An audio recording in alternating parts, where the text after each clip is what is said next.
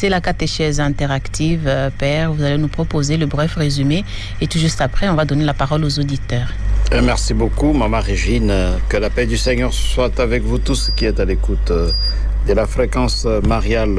En ce moment, cette semaine, la catéchèse a été marquée par la catéchèse rétroactive du lundi passé sur l'évangile du 19e dimanche du temps ordinaire année A, Matthieu 14, de 22 à 33, la marche sur les eaux de Jésus et de Pierre, mais aussi la traversée du lac de Galilée par les apôtres qui ont été à un certain moment confrontés à l'épreuve du vent parce que le vent leur était contraire. Le mardi, nous avons parlé de la vision prophétique, songe et rêve. Le mercredi, comme c'était la fête du bienheureux Isidore Bakanja, nous vous avions proposé une catéchèse en différé sur le bienheureux Isidore Bakanja. Le jeudi, le père Moukabi, que nous remercions, a parlé des évêques auxiliaires, évêques ordinaires, par rapport au contexte que nous vivons actuellement, c'est-à-dire la nomination des évêques auxiliaires à Kinshasa et puis nomination des évêques, notamment à Popokabak et puis à Kabinda. Aujourd'hui, on se retrouve justement pour la catéchèse interactive, exclusivement interactive pour vous écouter, vos différentes questions, vos différentes contributions. Et nous essayerons, dans la mesure du possible, de donner des réponses à vos différentes questions.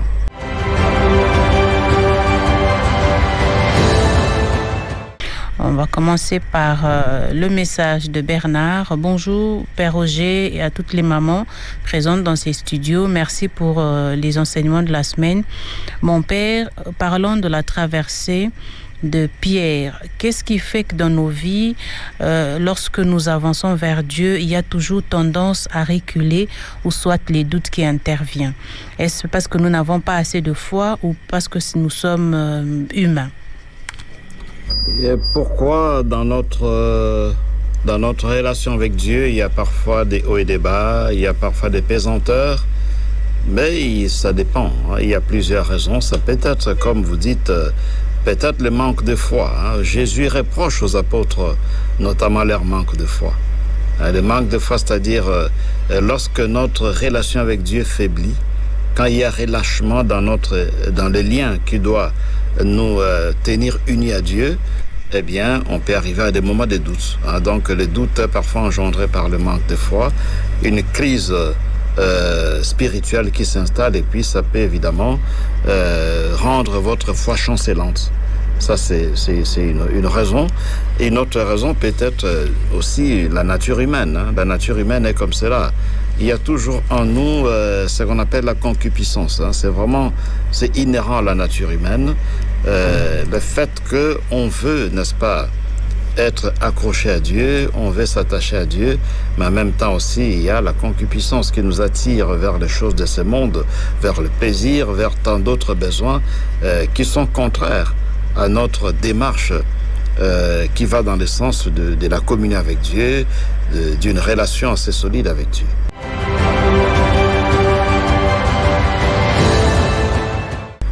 On reçoit un appel. Allô? Allô, Vincent. Oui, bonjour, maman Berdine. Bonjour, mon père. Et bonjour à nos mamans. Bonjour. Merci beaucoup, mon père, pour la catéchèse. Je dirais de départ, comme question concernant l'évangile. Il est dit que Jésus a marché sur les eaux. Et quand on écoute l'évangile comme ça, c'est dans l'optique même qu'on parvient à voir des intentions à communiquer à Dieu. Peut-on nous aussi demander de marcher sur les eaux? Voilà ma question. Merci beaucoup, Vincent.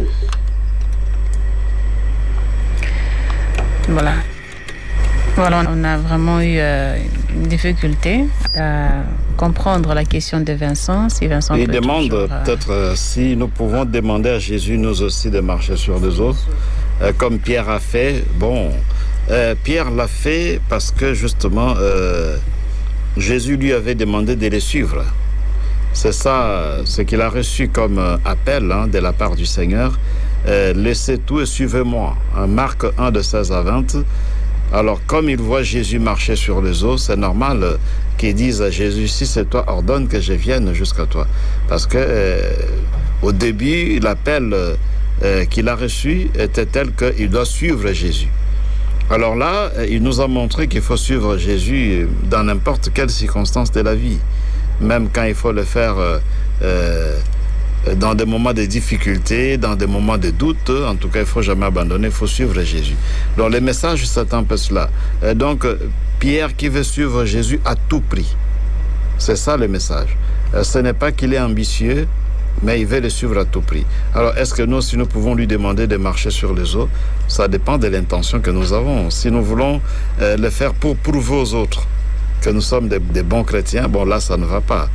On n'agit pas pour prouver aux autres, pour démontrer de quoi on est capable, mais si on le demande humblement parce qu'on veut suivre le Christ partout, là où est le Christ, je dois être là, alors là ça a évidemment un autre sens.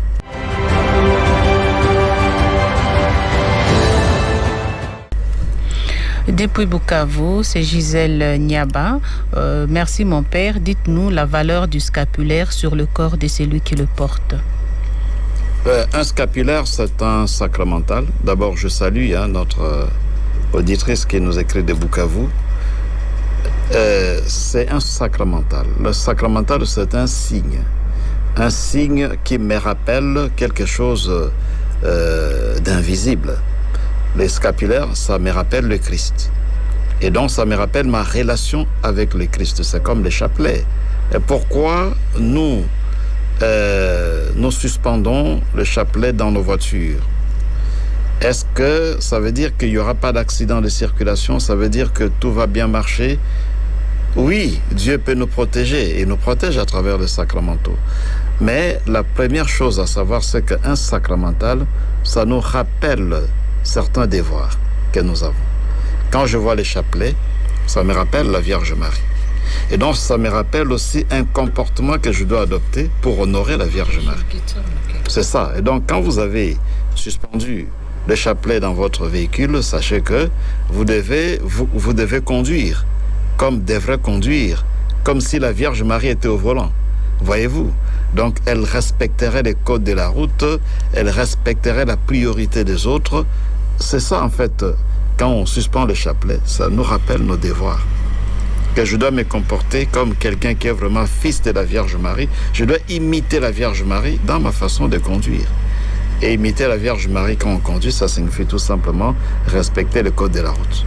C'est ça ce que ça veut dire. Donc, on ne peut pas suspendre le chapelet dans sa voiture et puis ne pas avoir les documents requis. Vous n'avez pas de permis de conduire, vous n'avez pas d'autres documents nécessaires, vous brûlez le feu rouge. Là, c'est que vous n'avez pas compris l'essence du sacramental. Alors, c'est la même chose pour le scapulaire aussi. Quand vous portez ça sur vous, ça veut dire que ça vous rappelle que vous appartenez au Christ et donc vous devez vous comporter comme un disciple du Christ.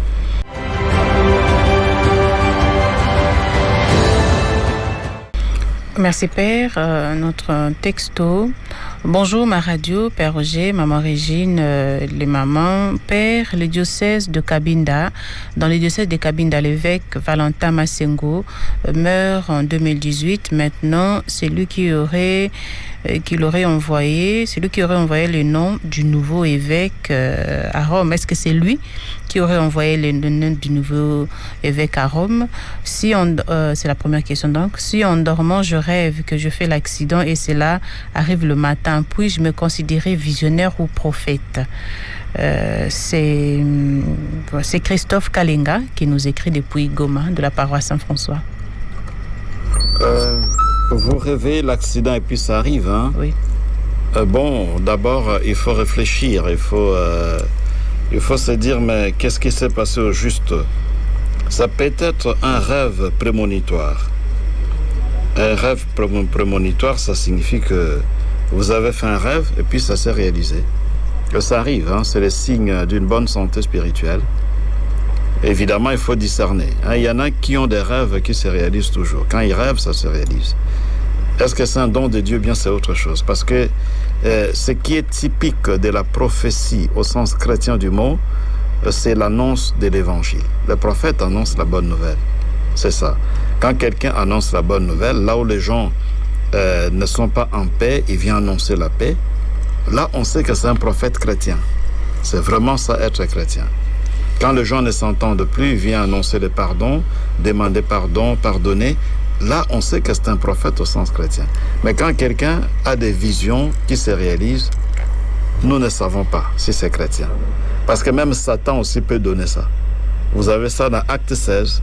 Acte 16, il y avait une jeune fille qui était visionnaire au roi, devin, disons, et faisait la divination.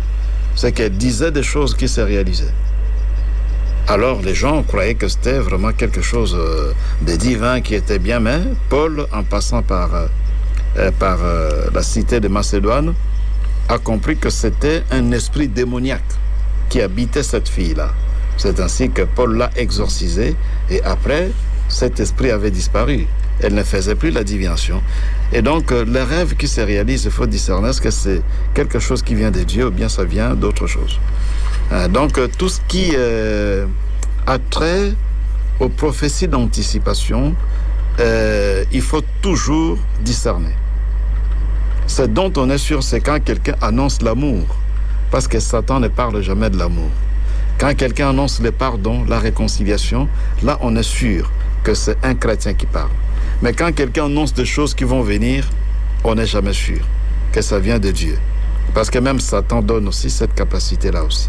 Et donc, il faut discerner, voir est-ce que ça vient de qui? Ça vient de Dieu ou ça vient d'autre chose? L'accident rêvé la nuit qui se réalise, est-ce que vous n'avez pas suivi votre rêve? Vous avez subi votre rêve peut-être. Parce que vous aviez rêvé, et en vous réveillant, vous n'aviez pas le moral en place. Vous aviez les profils bas, parce que vous avez rêvé. Alors vous subissez le rêve en faisant l'accident. Ça peut aussi arriver. Il faut toujours être critique dans la vie, parce que si on veut avancer, aller loin, il faut absolument associer à l'accident. Et en conduisant, il s'est mis dans sa tête qu'il va faire l'accident, et puis l'accident est arrivé. Ou bien c'est un rêve prémonitoire. Et si c'est un rêve prémonitoire, est-ce que ça vient de Dieu ou bien ça vient d'autre chose? Bon, l'histoire des évêques, donc c'est, qui envoie les noms, en principe, c'est la province ecclésiastique qui envoie régulièrement le nom des candidats qu'on peut proposer comme évêque. Ils envoient ça à l'annonciature qui envoie ça à Rome.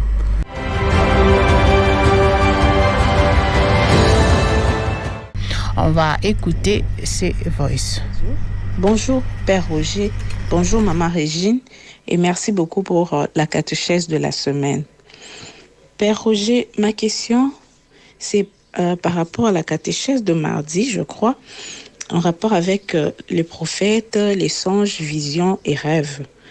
Alors je voulais savoir, Joseph, le fils de Jacob, est-ce qu'on pourrait affirmer qu'il était prophète comme les autres prophètes de l'Ancien Testament ou bien il avait juste ce charisme-là de songe ou bien le charisme d'interprétation des songes? Et la deuxième question, vous avez dit l'autre fois que lorsque dans le songe c'est toujours en rapport avec la volonté de Dieu, c'est par rapport à ce que Dieu veut. Et le songe, ce n'est pas par rapport à la personne qui voit des songes. Or, dans le songe de Joseph, par exemple, il a vu que pendant qu'il s'est promené avec ses frères, la gerbe, ils étaient en train de ramasser les gerbes et sa gerbe s'était dressée debout et les gerbes des autres frères s'est prosternée devant la gerbe de Joseph. Et c'était par rapport à lui. Et les autres étaient fâchés parce qu'ils disaient qu'il devait devenir roi et que les autres devaient se prosterner devant lui. Alors, cette songe-là, on pourra dire que c'était prophétique ou comment? Sœur Aurélie Meta, depuis Saint-Léopold.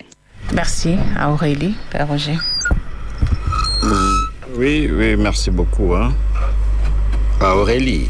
D'abord, la Bible parle de rêve pour le cas de Joseph là. C'est en Genèse 37, 6e verset. Donc, il a fait un rêve. On parle de rêve, mais en tout cas, ce rêve a tout d'un songe.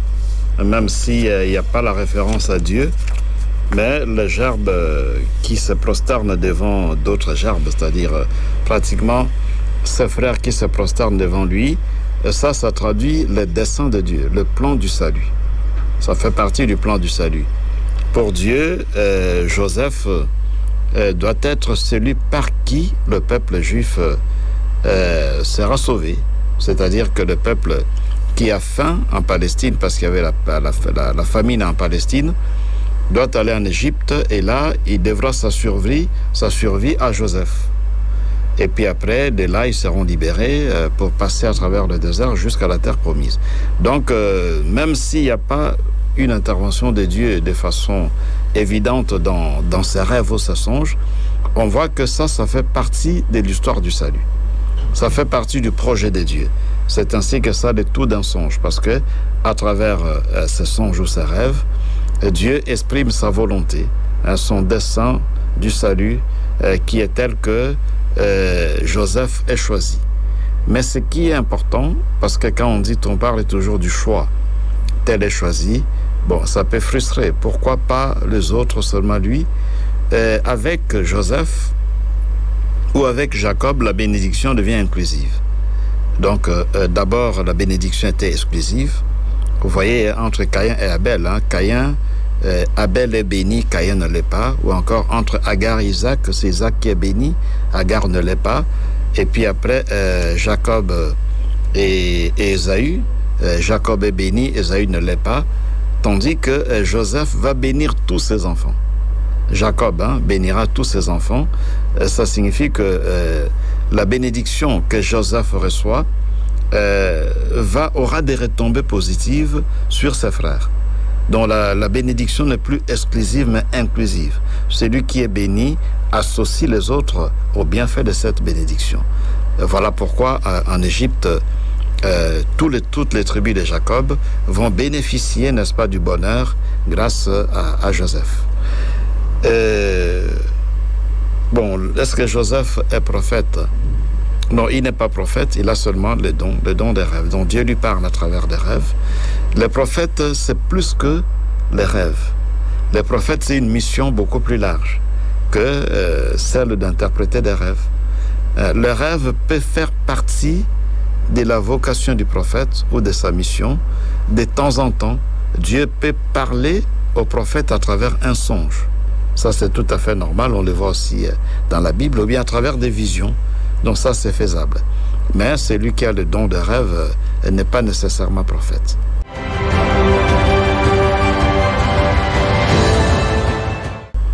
On va écouter un autre voice. Bonjour mon père, bonjour maman Régine, maman Aimée et les autres invités sur le plateau. Et c'est Gosselin de Sainte-Jeanne d'Arc ici à Ngaliema. Mon père, dans la catéchèse du mardi, concentrée sur la vision et l'interprétation des songes ou rêves, comment expliquer que la personne fait un rêve la nuit et le matin, cela arrive? Je peux donner un exemple bénévole, comme par exemple un enfant qui est en train de rêver, en train de pisser la nuit, mais le matin il se rend compte que réellement le fait est accompli. Qu'est-ce qui définit cette ressemblance?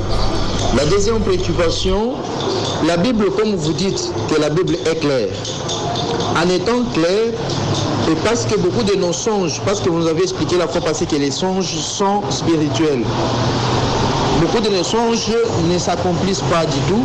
Pourrions-nous dire qu'il y a une injustice de la part de Dieu pour une génération qui est la nôtre par rapport à l'époque qui était celle d'Abraham, Adam et les autres? Ou nous pouvons dire parfois que c'est écrit, c'est mis dans la Bible pour distraire les gens, cette génération qui est la nôtre, ou cacher l'existence de Dieu. Comment pouvons-nous savoir si réellement les songes et les rêves est spirituel et viennent de Dieu? Merci beaucoup mon père. Merci à Gosselin.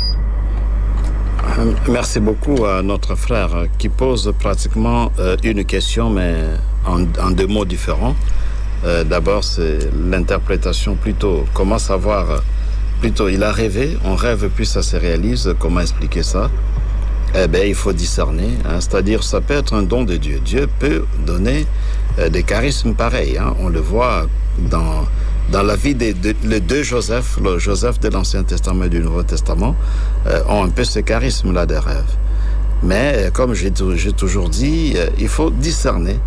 Est-ce que c'est un charisme qui vient de Dieu, qui vient de l'Esprit, ou bien c'est autre chose? Parce que ça peut être aussi une mauvaise influence dans votre vie. Lisez Acte 16, hein, qui parle de l'esprit de Python, qui habitait quelqu'un qui faisait la divination. Esprit de Python. Et donc, et c'est un esprit qui peut exister. Hein, donc, il faut faire toujours attention lorsque on a comme ça des pressentiments particuliers. Vous rêvez puis ça se réalise. Dites-vous, est-ce que ça vient de Dieu? Alors maintenant, comment savoir que ça vient de Dieu? Ça, c'est pratiquement la deuxième question qui est posée par rapport au songe notamment. Bon, ce qui vient de Dieu, eh bien, ça a comme dénominateur commun l'amour. C'est l'amour. S'il y a quelque chose qui vous oriente vers l'amour du prochain, ça ne peut venir que de Dieu, qui vous oriente vers la réconciliation, vers la paix, vers la miséricorde, vers le fait vers la compassion par rapport à la misère des autres. Donc ça, ce sont des critères. Des critères pour savoir que ça vient de Dieu. Il faut voir si derrière ce que vous avez perçu en songe, il y a des valeurs de l'évangile. Mais si c'est des songes qui vous entraînent, par exemple, à la violence, à les taper, ou bien à causer du tort aux autres, bon là vous comprenez que non, ça ne peut pas venir de Dieu.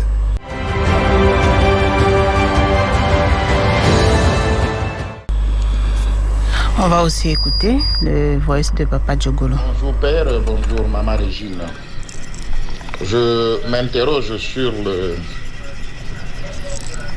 la béatification de Bakanza ou de Anouarite.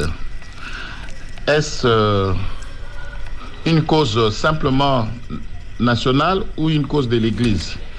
Je le dis parce que j'ai l'impression que c'est une cause qui n'intéresse que nous, le Congolais ex-zaïrois. Est-ce que d'autres pays soutiennent-ils la cause de Bakanza ou de Anouarite? Ma deuxième préoccupation est pour le Monseigneur Moziriwa. Dans sa situation, est-il martyr ou une simple victime d'une situation socio-politique? C'est Papa Hyacinthe de Sacré-Cœur Gombe. Merci pour les deux questions. Merci à Papa Hyacinthe. Hein. Pour Monseigneur Moziriwa, il est serviteur de Dieu. Donc, il est en voie d'être béatifié. Ce qui veut dire que, il est martyr. S'il est déjà serviteur de Dieu, c'est qu'on est parti d'un fait. Comme on dit, il est mort en odeur de sainteté. Il est mort de quelle façon? Il est mort martyr. Et c'est pour cela que le procès est déjà en cours. Et comme le procès est en cours, on l'appelle déjà serviteur de Dieu. La première question sur la béatification de Bakanja d'Anouarite. Non, c'est une cause de l'Église parce qu'il n'a pas été béatifié par les évêques de la RDC, il a été béatifié par le pape. C'est le pape Jean-Paul II qui les a béatifiés. Il a béatifié Anouarite en 1985 et puis Bakanja en 1994, en 94. Et donc c'est une cause de l'Église. Seulement que dans les calendriers liturgiques, il y a des mémoires qui sont obligatoires et des mémoires facultatives. Ça veut dire qu'il y a des bienheureux des saints dont la mémoire est obligatoire pour toute l'Église. Je prends un exemple. Le 1er août, nous avions célébré Alphonse de Liguori, ou bien le 31 juillet, Ignace de Loyola. Ça, ce sont des mémoires obligatoires. C'est même la fête pour les jésuites. Pour Ignace de Loyola, ce sera la fête. Pour les rédemptoristes, pour Alphonse de Liguori, c'est aussi la fête. Donc, ce sont des nuances qu'il y a dans l'ordo. Alors pour Bakanja Anouarite, ce ne sont pas des mémoires obligatoires. Pourquoi? Parce que justement, ce sont des bienheureux. Et puis on regarde aussi l'ampleur de leur mission, évidemment, dans l'Église. Et pour le moment, ceux qui veulent célébrer ça comme mémoire peuvent le célébrer, parce que ça fait partie des mémoires facultatives. Mais dans notre pays, comme ce sont des Congolais, nous célébrons cela comme fête. C'est la fête en RDC. Et ça existe un peu par-ci par-là. Comme je l'ai dit, il y a des mémoires qui sont faites dans certains pays. Ça peut être une mémoire facultative, mais faite ailleurs. Aujourd'hui, c'est Maximilien Kolbe. C'est une mémoire. Mais ailleurs, c'est une fête. Donc, ça dépend.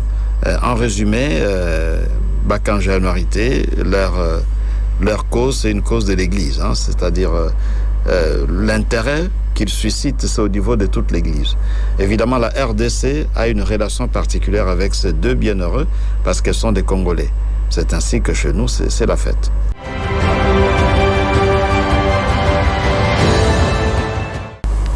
Merci beaucoup, Père Roger. On va aussi terminer donc avec ces voices de Joseph de Marie pour terminer la série des questions en voice. Voilà, un petit retard pour les téléchargements. On va donner la parole aux mamans qui sont avec nous. On commence par maman Christine. Merci beaucoup, maman Régine, pour la parole. Et merci au Père pour les enseignements, les éclaircissements. Je n'ai pas en fait une question, mais je voulais comprendre les raisonnements que j'ai eu à faire à chaque fois qu'on a affaire à cet évangile, marcher sur les eaux. Je me souviens, une fois, nous avons connu une histoire où on a dit à un pasteur qui est allé pour baptiser le fidèle dans les eaux, et il a dit, lui va marcher sur ces eaux-là. Mais finalement, ça s'est transformé en tragédie. Et je me suis dit, est-ce qu'il faut considérer les eaux comme telles en nature ou bien considérer que quand on nous dit de marcher sur les eaux, on peut prendre des différentes situations difficiles où on s'est dit, comme parfois en lingala on dit mbonge, il y a des vagues qui arrivent, mais je fais confiance en Dieu et je marche sur cette voie-là. Et tant que je reste sur cette voie, je pense que c'est difficile que je puisse être englouti par ces eaux. J'ai rappelé une fois que vous avez parlé d'une mère qui devait subir la césarienne et que le médecin disait ça sera soit la maman qui sera sauvée, soit c'est l'enfant. Il faut choisir, faire un choix entre les deux. Et le papa a dit, moi je dirais, faites ça, mais je fais confiance en Dieu parce qu'ils vont les deux s'en sortir. Est-ce que nous pouvons mettre dans ces contextes-là aussi cet évangile quand on nous parle que marcher dans les eaux et faire confiance en même temps à Jésus qui est là? Voilà mon père, c'était juste ça, je voulais un peu... Effectivement, merci à Maman Christine qui nous rappelle un peu cette dimension symbolique de ce texte, la marche sur les eaux. C'est évidemment, c'est aussi symbolique. Parce que les eaux, pour les Juifs qui ne sont pas des riverains, ça symbolise les adversités. Ça symbolise l'adversaire. Ça symbolise les épreuves, les difficultés de toutes sortes. C'est ça le symbole ou la symbolique des eaux. Et donc, il est clair que quand Jésus marche sur les eaux, ça nous rappelle que Jésus transcende nos épreuves. Il est au-dessus de nos épreuves. Et donc, quand nous sommes éprouvés, au lieu de regarder les épreuves, au lieu que les épreuves commencent à nous noyer, il faut regarder Jésus qui transcende les épreuves pour qu'il nous tienne par la main pour nous tirer de façon que nous puissions sortir des épreuves. Et je crois que ça, c'est la lecture, une lecture très, très, très pertinente à mon avis, parce que si on oublie cette dimension symbolique, évidemment, on peut arriver à une interprétation qui est littérale ou même littéraliste, avec des conséquences inouïes ou néfastes. Il y a des gens qui meurent parce qu'ils voulaient justement marcher sur les eaux. Même là aussi, pourquoi vous voulez marcher sur les eaux? Pour prouver que vous êtes je ne sais pas qui, non. Quand Pierre le fait, il ne voulait pas prouver qu'il dépasse d'autres disciples. Pierre le fait parce que Jésus lui avait dit « Suis-moi ». Alors, comme Jésus lui avait demandé de les suivre, il dit « Bon, alors, Jésus est sur les eaux, que je le suive aussi sur les eaux ». Donc, ce n'est pas une ambition démesurée. Mais parfois, il y a des gens qui veulent... La question même était posée, on dit, mais pourquoi aujourd'hui on ne marche pas sur les eaux comme Jésus? On a posé cette question-là lundi passé. J'ai répondu en disant que, mais ça va servir de quoi? Si vous marchez sur les eaux, nous avons les deux capitales les plus proches du monde, Kinshasa et Brazzaville. Vous marchez sur les eaux du fleuve, vous traversez de Kinshasa à Brazzaville. Après, qu'est-ce que ça change? Est-ce que le pays va se développer? Est-ce que les gens vont manger à leur faim? Voyez-vous? Donc parfois, ce sont des textes qu'il faut bien interpréter, parce que si on reste au niveau du registre littéral, eh bien, on n'en tire pas énormément profit. Donc merci à Maman Christine. C'est en fait la symbolique qui est sous-entendue ici, ce sont les difficultés, les épreuves, ce qu'on appelle les bitumba, des combats que nous menons, que chacun de nous mène. Alors quand Jésus marche sur les eaux, ça signifie qu'il est au-dessus de nos combats, il transcende nos combats, et si nous le regardons, eh bien, il va nous tirer vers le haut, comme il a fait avec Pierre. Il a tiré Pierre pour le sortir des eaux, comme il peut aussi nous tirer pour nous sortir de nos épreuves, et nous serons ainsi vainqueurs avec Jésus.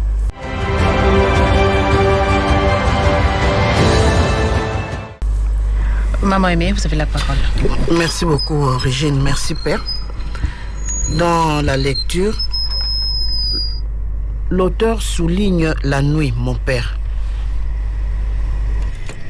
L'auteur souligne la nuit. Et les apôtres sont dans la barque. La nuit, tout est sombre. Mais comment ont-ils reconnu le Christ? Est-ce qu'il y avait quelque chose d'extraordinaire en sa personne pour leur montrer que c'était lui? Puisque dans la nuit, et quand il y a le vague et tout ça dans l'eau, on ne voit plus rien. Comment l'ont-ils reconnu? Et parlons de la lecture, la première lecture. Élie expérimente la même chose que Moïse sur le mont Sinaï. Est-ce le mont Horeb? C'est aussi le mont Sinaï. Et pourquoi la présence des éléments?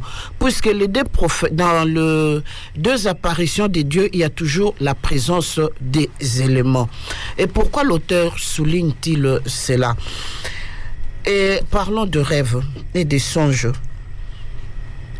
Est-ce celui qui rêve doit-il interpréter? Paul nous dit, pour ceux qui parlent en langue, que s'il n'y a pas l'interprète, que la personne qui a reçu ce don-là se taise. Mais de nos jours, nous voyons, celui qui rêve, c'est la même personne qui interprète. Est-ce que ça doit se passer comme ça? Merci, mon Père. Merci, Maman Aimée. Merci beaucoup à Maman Aimée pour ces différentes questions. C'est vrai que la traversée du lac de Galilée se fait la nuit. C'est la nuit, ils sont dans la barque et il y a le vent. Le texte, curieusement, ne parle pas de la tempête. Il y a un texte ou d'autres textes qui parlent de la tempête. Ils traversent alors qu'il y avait la tempête sur le lac. Mais les textes parlent de vent. Le vent leur est très contraire. Donc ça adoucit un peu. Ce n'est plus tempête, mais le vent. Bon, on suppose que c'est un autre récit. C'est pas le récit des vagues. Là où Jésus dormait dans la barque, puis il y avait des vagues, et l'eau commençait à pénétrer dans la barque, puis ils ont réveillé Jésus. Mais dans ce texte, il est question de vent. Le vent leur était contraire. Matthieu 14, de 22 à 23. Et c'est alors que Jésus marche. Mais la question demeure pertinente, parce que comment ils l'ont reconnu? Bon, peut-être il y avait la pleine lune, dont on pouvait voir. Ça, c'est une façon assez simple de répondre. Mais en fait, le Christ est lumière. Et donc, il n'y a pas de ténèbres pour lui. La question est pertinente. Ça montre qu'ils le reconnaissent. D'abord, ils ont cru que c'était un fantôme. Et après, ils vont le reconnaître. Parce que lui-même aussi a parlé. Il a dit, confiance, c'est moi, n'ayez pas peur. Les gens ont entendu la voix, ils l'ont reconnu. Ils l'ont reconnu. On ne peut pas ne pas le reconnaître, même quand c'est le noir, même quand c'est la nuit. Il faut le reconnaître parce que c'est la lumière. D'ailleurs, ce qui est lumière, ça brille plus quand c'est sombre. C'est pendant la nuit que la lumière brille. Et donc, en fait, il y a ici, ça apparaît plus chez Saint Jean, et on vient arrêter Jésus la nuit au jardin de Gethsémani. Bon, d'autres évangélistes, Matthieu, Marc et Luc, disent, bon, ils l'ont arrêté à Gethsémani la nuit. On peut se poser la même question, mais comment ils l'ont arrêté? Est-ce qu'ils avaient amené des lampes torches? On ne parle pas des lampes torches, mais ils sont venus l'arrêter la nuit. Mais chez Jean, il est dit clairement, en Jean 19, qu'ils ont amené des lanternes, ils ont amené des lampes pour arrêter la lumière. Parce que Jésus a dit en Jean 8, 12 qu'il est la lumière. Et eux, ils viennent l'arrêter avec des lampes torches. Alors que s'il est lumière, on n'aurait pas besoin de lampes torches pour l'arrêter, parce que même dans l'obscurité, on va le reconnaître. Alors, ça montre tout simplement qu'il y a des gens qui ne veulent pas le reconnaître comme lumière. C'est ainsi qu'ils vont l'arrêter avec des lanternes, en Jean 19. Ça, c'est ce qu'on appelle bien sûr l'ironie johannique. Ça, c'était juste entre parenthèses. Mais dans le récit dont il est question, Matthieu 14, de 22 à 23, on voit clairement que c'est surtout la voix de Jésus. Parce que c'est sûr qu'il a parlé, et la voix, ils les reconnaissent par la voix, et ce qui fait que, ils vont s'apaiser. L'Horeb, ça signifie, en hébreu, ça signifie montagne. Et donc, si vous lisez bien ce texte-là de la première lecture du 19e dimanche de l'année A, on dit qu'il était à l'Horeb. L'Horeb. Ils mettent l'article. Donc, Élie est à l'Horeb. L'Horeb, il était à la montagne. On ne précise pas ça. Évidemment, dans la tradition de l'Église, il y a une montagne qui est reconnue comme cet endroit où Élie avait fait une expérience particulière de Dieu. Et là, c'est là que est né l'ordre de Carmel. Est né sur la montagne qui, selon la tradition, est la montagne où Élie avait rencontré Dieu dans la brise désert. Mais on n'a pas donné le nom de cette montagne-là. On dit seulement l'Horeb, c'est-à-dire la montagne. Et par contre, pour le cas de Moïse, la montagne est nommée Sinaï. Donc là, c'est le mot Sinaï. Donc, c'est identifié. Et les deux expériences ne sont pas les mêmes. Dans le livre de l'Exode, je crois que nous l'avions dit, les théophanies sont spectaculaires. C'est-à-dire Dieu se révèle à travers le feu, comme le buisson ardent par exemple. Là, c'est spectaculaire. Donc les buissons qui prend feu, mais ça ne brûle pas, et Dieu est là. Ou encore le mont Sinaï qui est en feu, et donc Dieu se manifeste. Nuée de feu, Dieu se manifeste. Donc c'est un peu plus spectaculaire.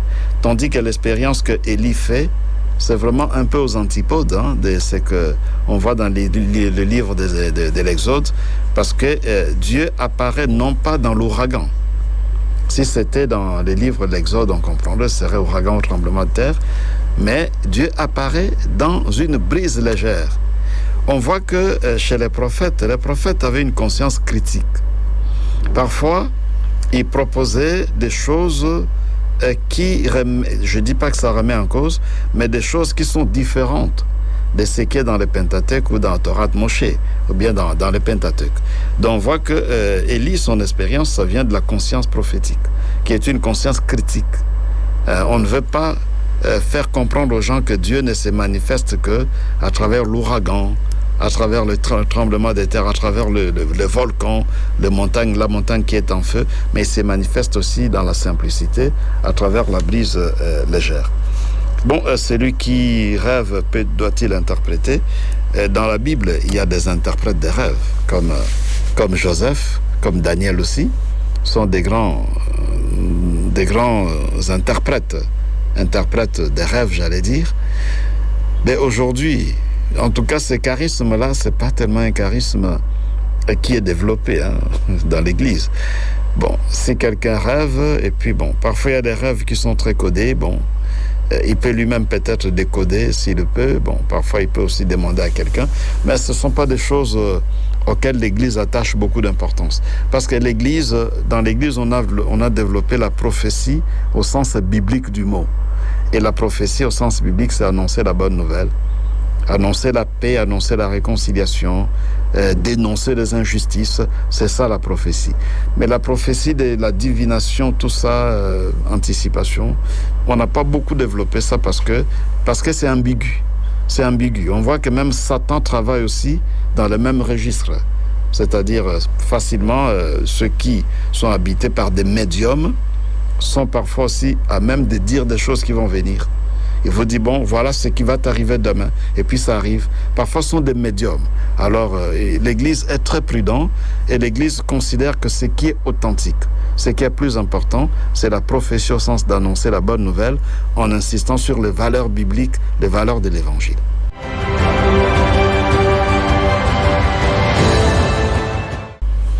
Merci Père Roger. On va continuer la lecture de texto. C'est Manix Akombwe depuis la paroisse Saint-Augustin. La première question, pourquoi Jésus n'a pas voulu entrer ensemble avec ses apôtres dans la pirogue aussi longtemps qu'il savait que ses apôtres seront noyés ou confrontés à l'épreuve du vent pour qu'ils viennent en aide? La deuxième question, quand est-ce qu'un évêque peut être sanctionné s'il marche un peu à côté de sa vie sacerdotale? Deux questions de Manix.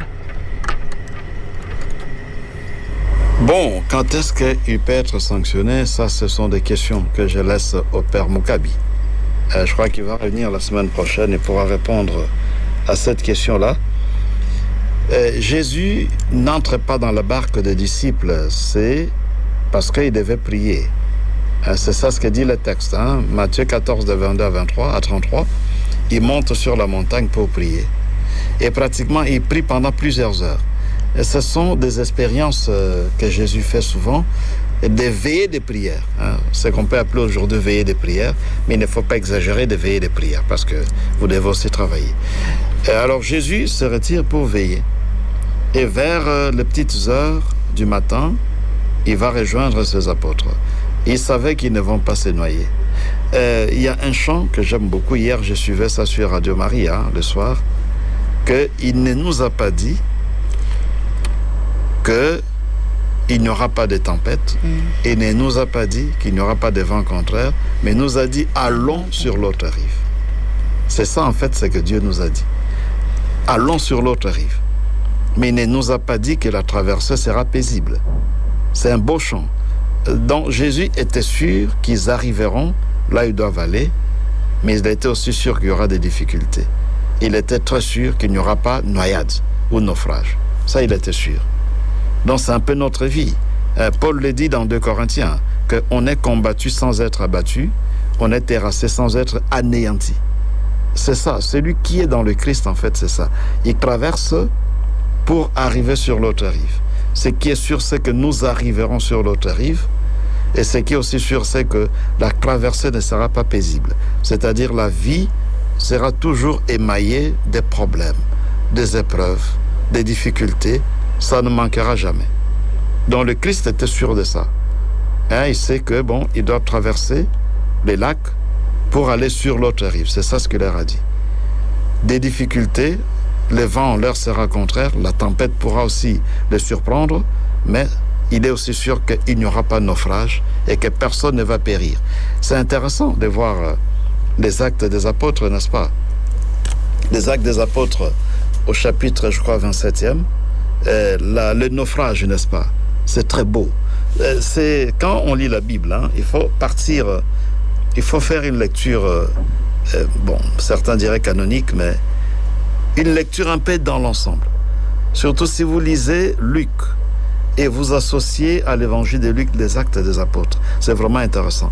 Les apôtres n'ont jamais fait naufrage. Ils ont eu à traverser les lacs à plusieurs reprises. Ils ont été confrontés à la tempête. Jamais ils n'ont fait naufrage, mais il y aura un naufrage qui se fera dans Acte 27.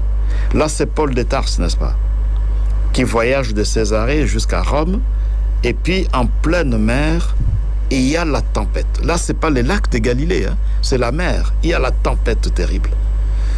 Et quand vous lisez Acte 27, n'est-ce pas, les détails, ça ressemble à un film d'action. Donc, il y a obscurité pendant 14 jours. Bon, c'est ce que dit Luc dans les actes, acte 27. Les gens ne voulaient plus manger. Alors, Paul dit, nous allons célébrer l'Eucharistie. Il a célébré l'Eucharistie en termes de fraction de pain. Il a mangé, il a donné aux autres. Alors, ils ont commencé à décharger des barges. Il y aura naufrage, mais personne ne sera mort. C'est intéressant. Donc, même s'il y a naufrage, nous allons survivre.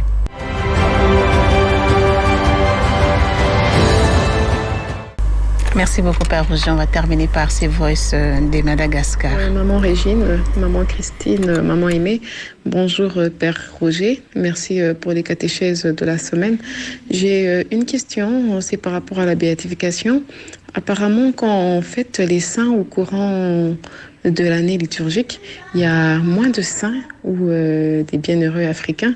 À quoi cela est dû? Est-ce que c'est dû au fait que nous avons eu la christianisation, l'évangélisation un peu plus tard, ou est-ce que c'est du fait que voilà, nous Africains ne faisons pas attention autour de nous? À moins que je me trompe, mais en tout cas, quand on voit les saints que l'on fête au courant des différentes années liturgiques, la majorité ne sont pas africains. À quoi cela est dû? Et aussi une deuxième préoccupation, j'ai l'impression que de nos jours, il n'y a plus... est-ce qu'on a abandonné le fait de béatifier ou je ne sais pas, est-ce que c'est dû à la technologie ou à l'évolution moderne?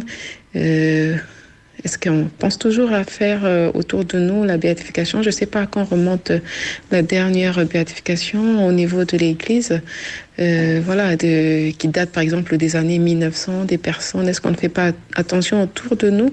Ça existe, peut-être que je ne suis peut-être pas informée. Si vous pouvez bien m'éclairer par rapport à cela, les dernières béatifications ont eu lieu quand? Voilà, des personnes qui ont assez récentes, quoi. Des années 1990 ou 2000, ou bien c'est dû au fait que ça prend du temps avant de pouvoir les béatifier, puisque là, je pense que Bakanja, c'est depuis 1800 ou 1900. Jusque-là, il a été à peine béatifié, ou était bien heureux, voilà. À quoi cela est dû. Merci beaucoup et un très bon après-midi à vous et un bon début de week-end. Et merci infiniment encore pour les catéchèses. Au revoir.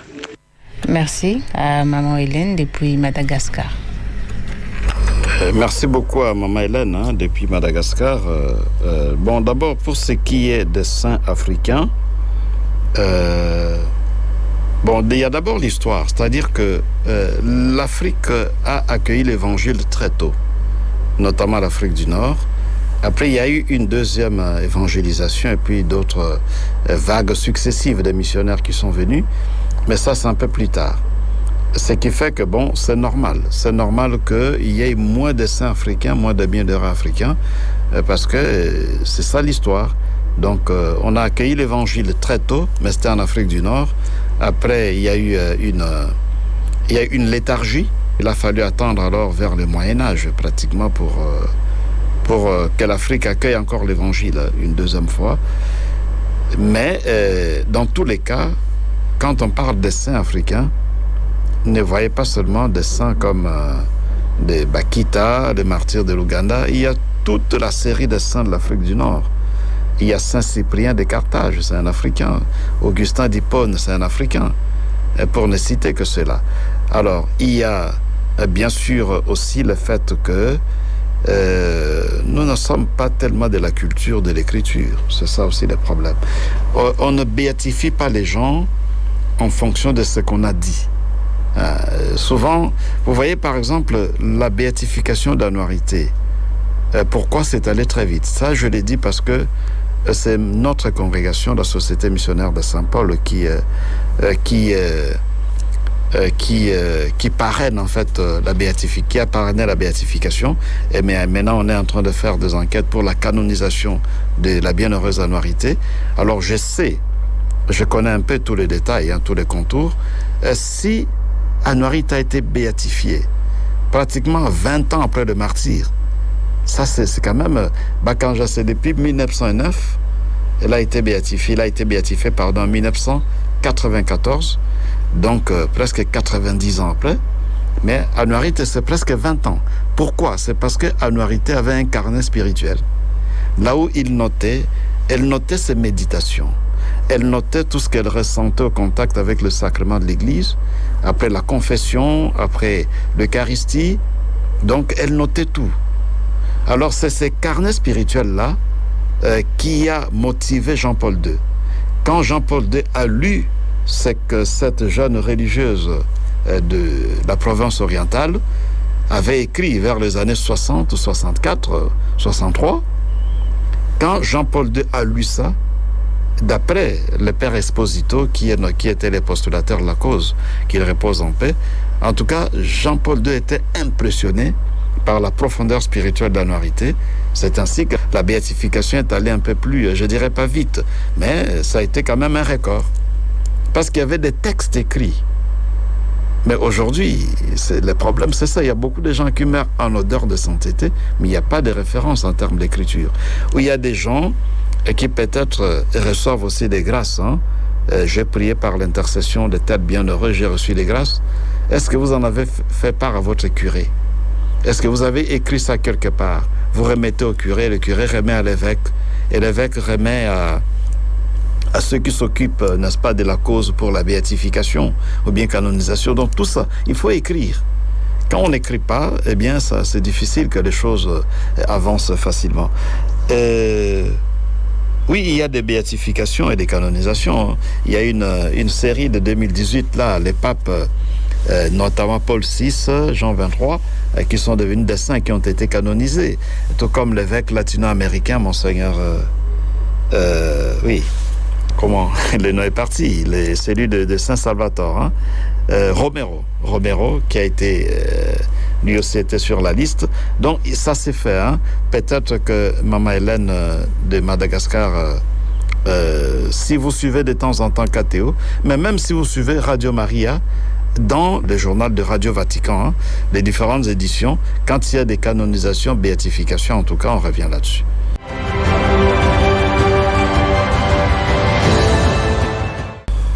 Merci Père Roger, c'est déjà la fin de cette première partie. Un dernier mot à nos auditeurs. Mais c'est toujours la joie de servir devant ces micros à travers les ondes mariales pour partager la bonne nouvelle pour la gloire de Dieu et le salut de chacun de nous. Espérons que cette semaine, avec tout ce que vous avez reçu comme enseignement, que ces enseignements puissent féconder nos cœurs, puissent féconder nos esprits, afin que nous devenions de plus en plus des chrétiens dignes de ce. Merci, Père Roger, pour ce mot de la fin. Merci à vous, chers auditeurs, de nous avoir suivis, d'avoir participé à cette catéchèse interactive. Merci également à nos mamans, Maman Christine et Maman Aimé Kapinga, qui étaient avec nous. Merci à tous ceux qui vont nous suivre également sur notre chaîne de télévision YouTube.